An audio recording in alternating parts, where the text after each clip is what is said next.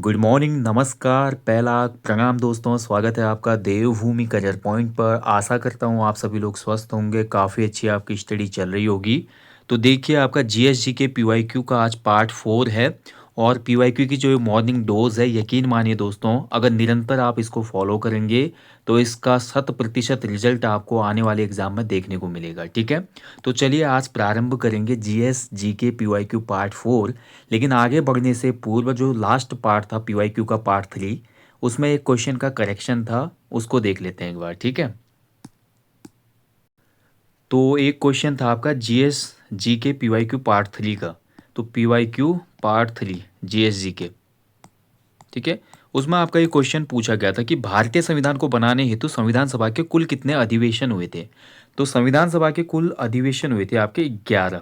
ठीक है, इसमें 12 ऑप्शन में दिया था, लेकिन आप देखेंगे authentic book like polity by Laxmikanth, वहाँ पर भी दिया है स्पष्ट रूप में कि भारतीय संविधान को बनाने हेतु संविधान सभा के कुल 11 अधिवेशन हुए थे। ठीक है, तो 11 आपका इसमें सही आंसर होगा।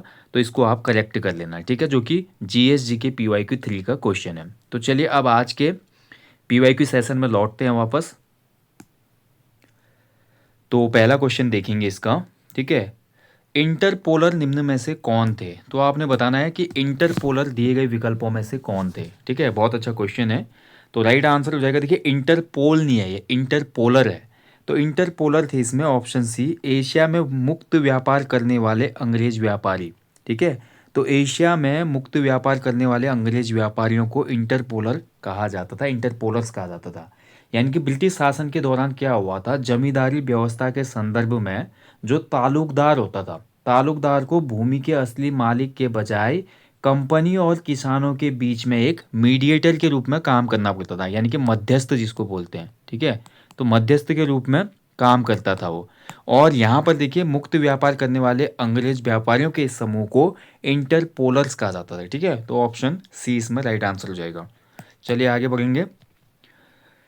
इनमें से किन चीज़ों का निर्यात ईस्ट इंडिया कंपनी भारत से करती थी। तो देखिए ईस्ट इंडिया कंपनी भारत से किन चीज़ों का निर्यात करती थी, महत्वपूर्ण है।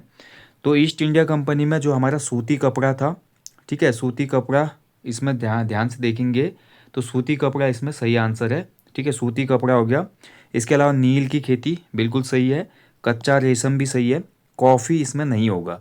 यानी कि 1, 2 और 3 इसमें सही है। ठीक है, 1, 2 और 3 सही है। अब देखिए जो ईस्ट इंडिया कंपनी थी वो भारत से किन चीज़ों को एक्सपोर्ट करती थी, तो वो कुछ चीज़ें मैं आपको बताना चाहूँगा। इसमें पहला तो देखिए सूती कपड़ा यानी कि कपास।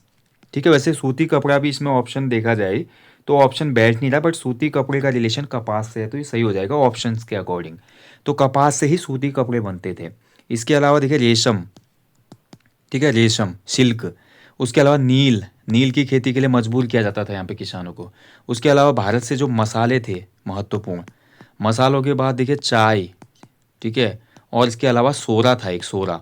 सोरा जो होता था ना, जिसको बोलते हैं सल्ट पीटर, सोरे को कहा जाता है सल्ट पीटर, जो कि आपका बारूद बनाने के काम आता था।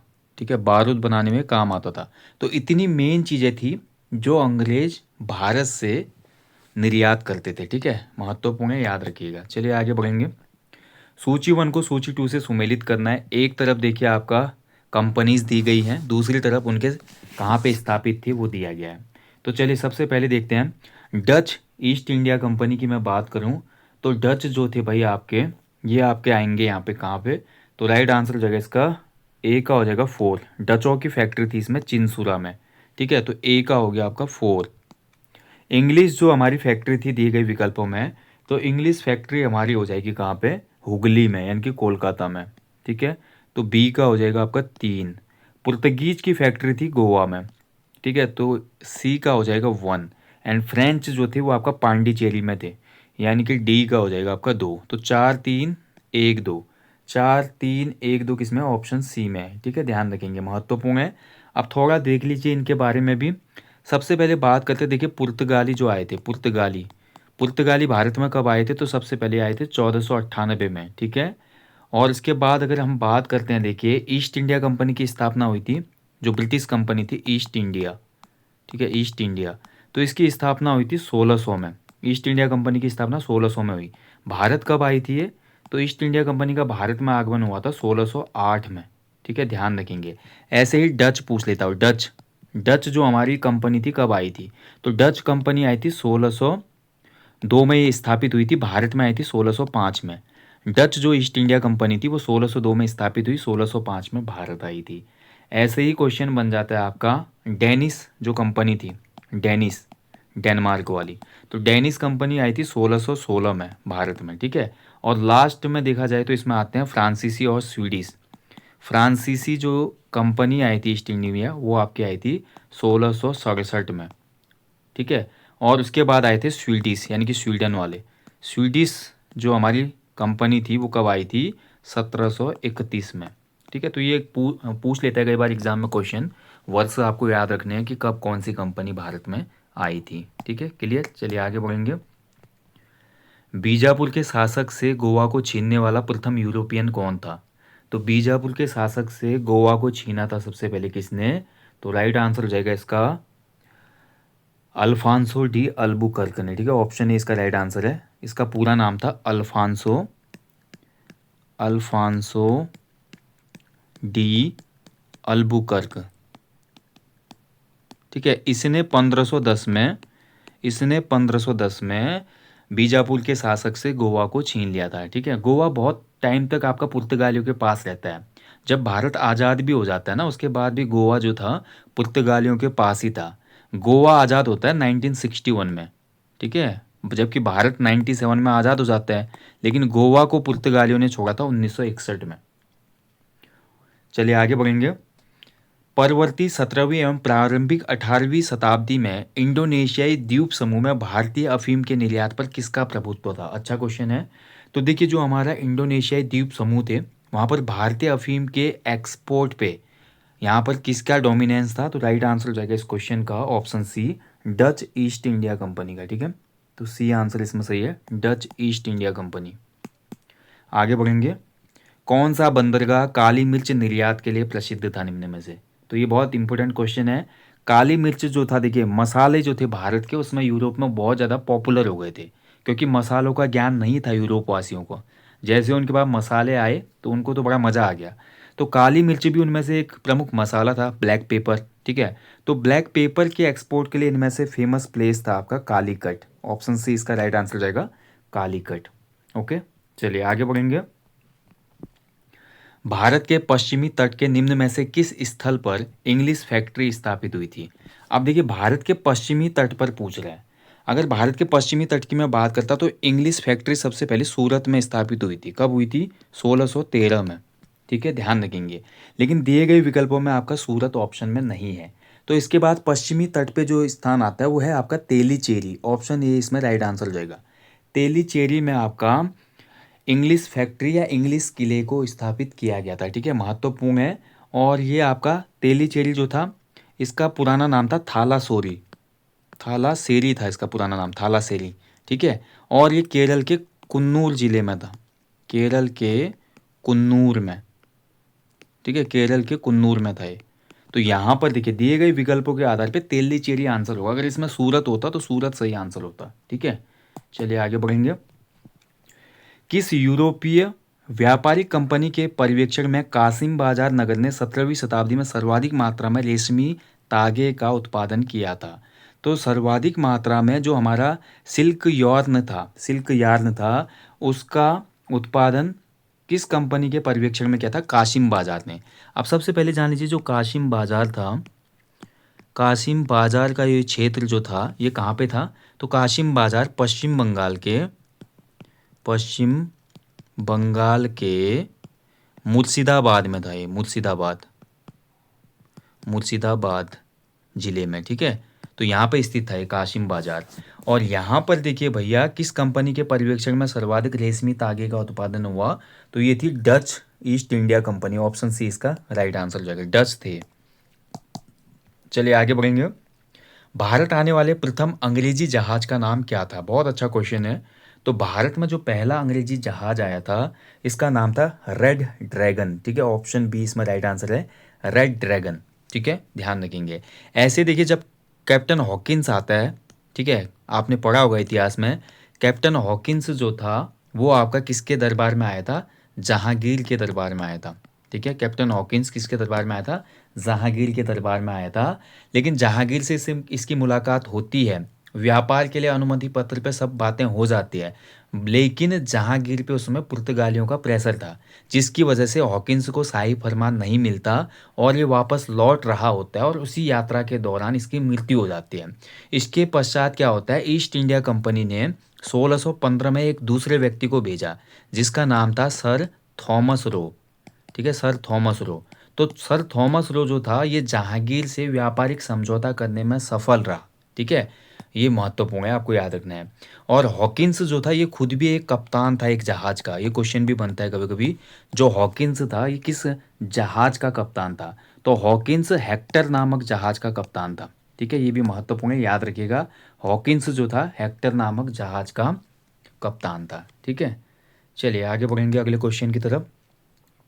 वह अंग्रेज यात्री जो तुर्की तथा फारसी का विद्वान था, बहुत महत्वपूर्ण प्रश्न है। तो देखिए, पहला अंग्रेज यात्री जो जहांगीर के दरबार में आता है, हॉकिंस, कैप्टन हॉकिंस, ये आपका तुर्की और फारसी का विद्वान था भाई। ऑप्शन ए इसका राइट आंसर हो जाएगा। ठीक है, ये आपका तुर्की और फारसी का विद्वान था। जहांगीर से ये मुलाकात करता है, आगरा भी जाता है, लेकिन जो इनका व्यापारिक समझौता था वो सफल नहीं हो पाता है। सफलता मिलती है सर थॉमस रो को। ठीक है, ये आपको याद रखना है। चलिए आगे बढ़ेंगे अगले क्वेश्चन की तरफ। ठीक है, अब जो हमारा ये कैप्टन हॉकिंस आया था, ये कैसे आया था जहांगीर के दरबार में? तो ये उस समय ईस्ट इंडिया कंपनी का प्रतिनिधि बन के आया था। ईस्ट इंडिया कंपनी के प्रतिनिधि के तौर पे आया था ये। ठीक है, ध्यान रखेंगे, प्रतिनिधि के तौर पे। तो 1608 में ये आता है, सबसे पहले जहांगीर से व्यापारिक के लिए आवेदन करता है जहांगीर के दरबार में। उसके बाद 1609 में और मुलाकात होती है आगरा में। ठीक है, तो व्यापार के लिए आवेदन करता है, लेकिन उसमें पहले ही पुर्तगालियों का डोमिनेंस था यहाँ पे। तो पुर्तगालियों को शाही फरमान मिला था, उसके दबाव में यहाँ पर कैप्टन हॉकिंस को व्यापार के लिए अनुमति नहीं मिल पाती। ठीक है, वो असफल रहता है। और 1515 के आसपास क्या होता है, कैप्टन हॉकिंस की मृत्यु भी हो जाती है। ये भी ध्यान रखना है आपने। ठीक है, चलिए आगे बढ़ेंगे।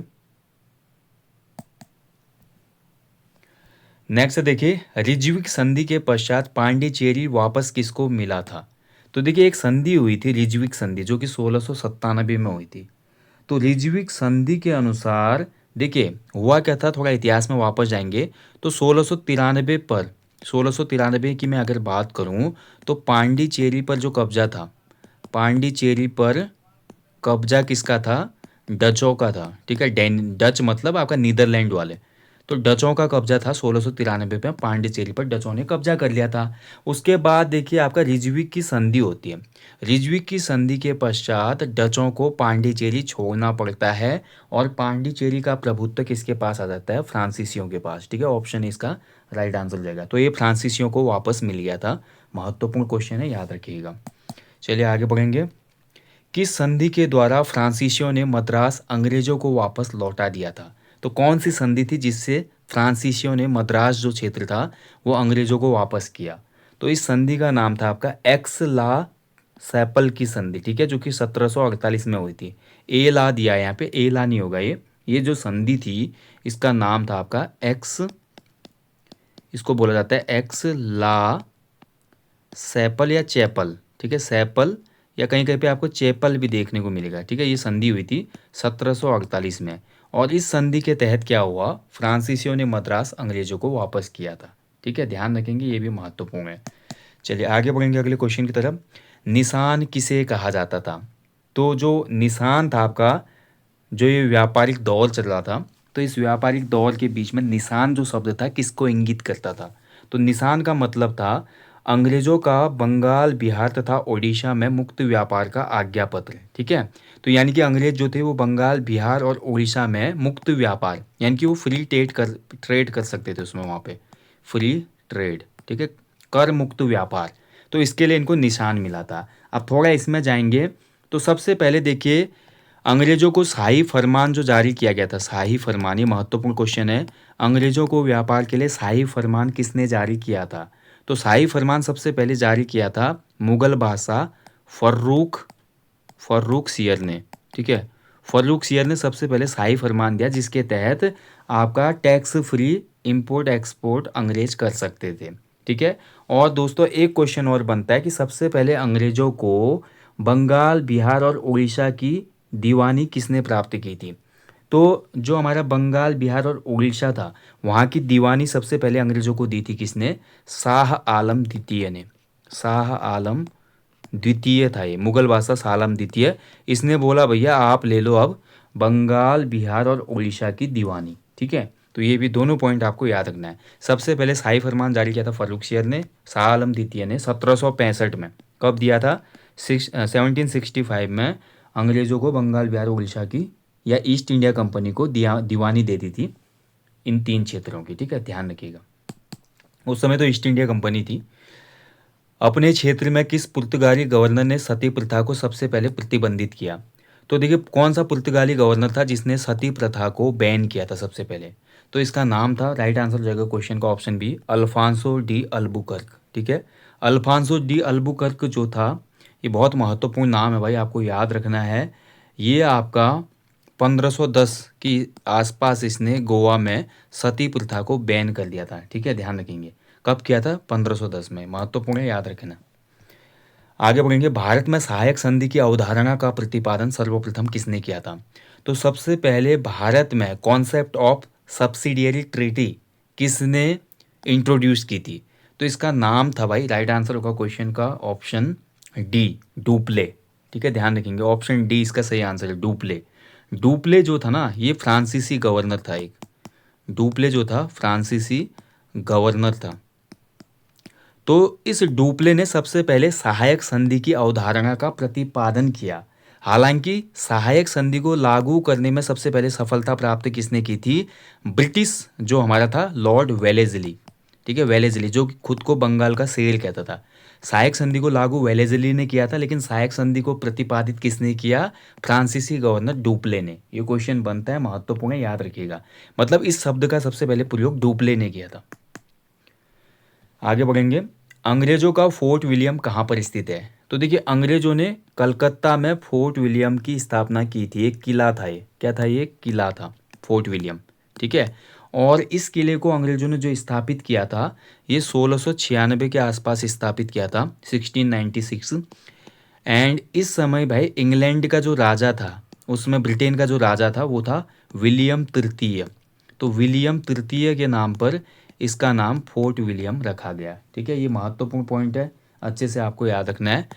राजा विलियम तृतीय के नाम पर ही अंग्रेजों ने कलकत्ता में फोर्ट विलियम की स्थापना की थी। आगे बढ़ेंगे। अल्फांसो डी अल्बुकर्क की मज़ार कहाँ पे स्थित है? तो देखिए अल्फांसो डी अल्बुकर्क सबसे महत्वपूर्ण पॉइंट। ठीक है, इसकी जो मज़ार है, ये आपका कौन था? अल्फांसो डी अल्बुकर्क जो था, ये एक पुर्तगाली वायसराय था। पुर्तगाली वायसराय था ये। इसके अलावा बोल सकते हैं ये आपका जहाज़ का कप्तान भी रहा। ठीक है, और उसके अलावा ये आपका एक सेनापति भी था। बहुत से मतलब फील्ड में ही महारत हासिल थी इसको। अल्फांसो डी अल्बुकर्क बड़ा नाम था। ठीक है, आपको याद रखना है। और अल्फांसो डी अल्बुकर्क की जो मृत्यु हुई, ये 1509 से लेकर 1515 तक आपका क्या रहा? वायसराय के रूप में गोवा में रहा। और 15 दिसंबर 1515 को, 15 दिसंबर 1515 में इसकी मृत्यु हो गई। और गोवा में ही इसकी कब्र बनाई गई, यानी कि मज़ार बनाई गई। ठीक है, ध्यान रखेंगे। तो गोवा इसका राइट आंसर हो जाएगा। पुर्तगाली जहाँ पे शब्द आएगा, गोवा में ज़्यादा रहे पुर्तगाली, ये ध्यान रखना है आपने। दक्षिण पूर्वी तट पर पुर्तगालियों की एकमात्र बस्ती कौन सी थी? बहुत ही महत्वपूर्ण क्वेश्चन है। तो देखिए ये भारत है। ठीक है, ये भारत है, ध्यान रखेंगे। तो भारत के आपके दक्षिण पूर्वी तट पर, तो दक्षिण पूर्वी तट आपका ये वाला हो जाएगा। ठीक है, तो दक्षिण पूर्वी तट पे भारत की जो पुर्तगालियों की थी एकमात्र बस्ती थी, इसका नाम था आपका सैन थोम। ठीक है, ऑप्शन ए राइट आंसर हो जाएगा। सैन टोमे दिया है यहाँ पे, जो कि थोड़ा गलत प्रोनाउंसिएशन है। इसका सही उच्चारण होना चाहिए सैन थोम। सैन थोम जो कि आपका चेन्नई के आसपास था। चेन्नई यानी कि तमिलनाडु। चेन्नई यानी कि तमिलनाडु के आसपास था ये क्षेत्र सैन थोम। ठीक है, यहीं पर आपका जो हमारा पुर्तगाली थे, उन्होंने सैन थोम मंदिर का जीर्णोद्धार भी कराया था और एक चर्च की भी स्थापना की थी। तो दक्षिण पूर्वी तट पर पुर्तगालियों की एकमात्र बस्ती थी सैन थोम, जो कि चेन्नई तमिलनाडु में स्थित थी, ये ध्यान रखना। बाकी इनका प्रभुत्व रहा आपका पश्चिमी तट पे, खासकर गोवा पे। ठीक है, गोवा जो था यहाँ पे था, मुंबई के आसपास ना, बम्बई की थोड़ा नीचे। तो ये आपको ध्यान रखना है। डेनिश ईस्ट इंडिया कंपनी ने अपनी पहली फैक्ट्री ट्रांकेबर तमिलनाडु में कब स्थापित की थी? तो जो डेनिश ईस्ट इंडिया कंपनी आई, ठीक है, डेनिश कब आए थे मैंने आपको बताया था, डेनिश 1616 में आए थे। डेनिश ईस्ट इंडिया कंपनी की स्थापना हुई थी 1616 में। ठीक है, और इन्होंने ट्रांकेबर तमिलनाडु में पहली फैक्ट्री अपनी स्थापित की थी वर्ष 1620 में। ऑप्शन 20 में राइट आंसर हो जाएगा। 1620 में इसको स्थापित किया था। इसके अलावा जो डेनिश थे, ये भी महत्वपूर्ण पॉइंट है, नोट करेंगे। डेनिशों ने देखिए भाई आपका 1676 में बंगाल के सेरामपुर में, ठीक है, सेरामपुर बंगाल में भी अपनी एक फैक्ट्री स्थापित की थी। ठीक है, सेरामपुर बंगाल में भी इन्होंने अपनी एक पहली फैक्ट्री डाली थी। ठीक है, पहली फैक्ट्री, ये ध्यान रखना है आपने।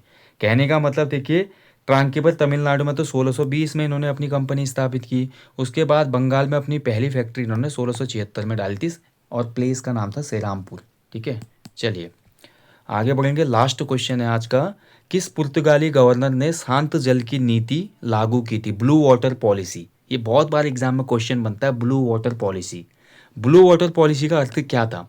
ब्लू वाटर पॉलिसी का अर्थ ये था, जो पुर्तगाली थे, ठीक है, जो पुर्तगाली थे, पुर्तगालियों को केवल हिंद महासागर, ध्यान रखेंगे, इंडियन ओशियन, पुर्तगालियों को केवल हिंद महासागर एवं अरब सागर में व्यापारिक शक्ति के रूप में, व्यापारिक शक्ति के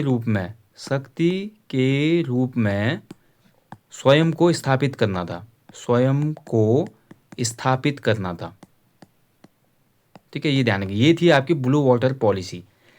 इसका अर्थ था कि पुर्तगालियों को हिंद महासागर और अरब सागर में व्यापारिक शक्ति के रूप में स्थापित करना था, ना कि भारत में किले बनाना। ठीक है, ना कि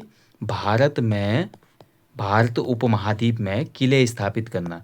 क्योंकि देखिए ब्रिटिशर्स जो है वो किले स्थापित कर रही थी, लेकिन पुर्तगाली मानते थे कि देखिए किले स्थापित करने से आपका बर्डन बढ़ेगा, आपका ध्यान केवल अपने नौसेना पे होना चाहिए। नौसेना जो उसमें आपकी थी, उसके अलावा आपका जो ध्यान है समुद्री नियंत्रण पर होना चाहिए, क्योंकि समुद्र जो है महत्वपूर्ण था उसमें, समुद्री नियंत्रण पर भी आपका ध्यान होना चाहिए। इसके अलावा जो आपका समुद्री बेड़े पर निर्भरता है, समुद्री जो बेड़ा मतलब जहाज़ों का बेड़ा जो होता था, समुद्री बेड़े पर निर्भरता, तो ये कुछ पॉइंट थे उसमें पुर्तगीज के। ठीक है, तो उनका साफ साफ सिद्धांत ये था कि जो अपनी नौसेना की शक्ति है, जहाजी बेड़ा है, समुद्री नियंत्रण है, अरब सागर और हिंद सागर में इसको बढ़ाया जाए, ना कि भारत के विभिन्न क्षेत्रों में पुर्तगालियों के किले स्थापित किए जाए। इससे रखरखाव का पैसा लगेगा, ऊपर से बर्डन होगा, हम फ्री नहीं हो पाएंगे, उससे हम और कमज़ोर हो जाएंगे।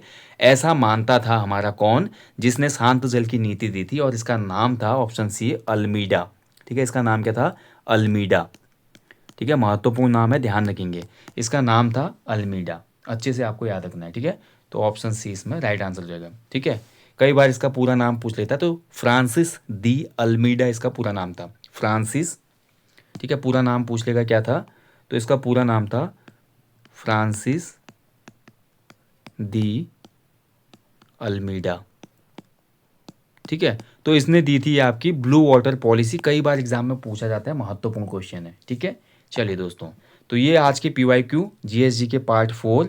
ठीक है, तो 20 पीवाईक्यू हमारे कंप्लीट होते हैं, और फिर मैं आपको बोलूँगा दोस्तों, जैसे कल के सेशन में एक प्रश्न गलत हो गया था कि भारत में संविधान सभा के कुल कितने अधिवेशन हुए थे, तो 11 अधिवेशन हुए थे। ऐसे ही दोस्तों, जो आज का सेशन है ये पीवाईक्यू पार्ट 4 का, इसमें भी अगर लगता है आपको किसी भी प्रश्न में मेरे से त्रुटि हुई है, तो मैं उसके लिए क्षमा प्रार्थी हूँ। आप कमेंट बॉक्स में ज़रूर फीडबैक देना, अगर किसी भी प्रश्न में गलती होती है कमेंट ज़रूर करें, ताकि नेक्स्ट सेशन में उस प्रश्न को करेक्ट किया जाए। ठीक है, तो आपका सहयोग अपेक्षित है, और मेरे से अगर गलती हो जाती है तो मैं आपके सामने क्षमा प्रार्थी हूँ, तो इसका भी आप लोग ध्यान रखें। बाकी जाने से पहले हमेशा की तरह बोलूँगा, अपने जीवन में एक पेड़ लगाएं और लोगों को भी इसके लिए अवेयर करें। Thank you for watching guys, जल्दी मिलेंगे नेक्स्ट सेशन में, अपना ध्यान रखें। जय हिंद, जय देवभूमि।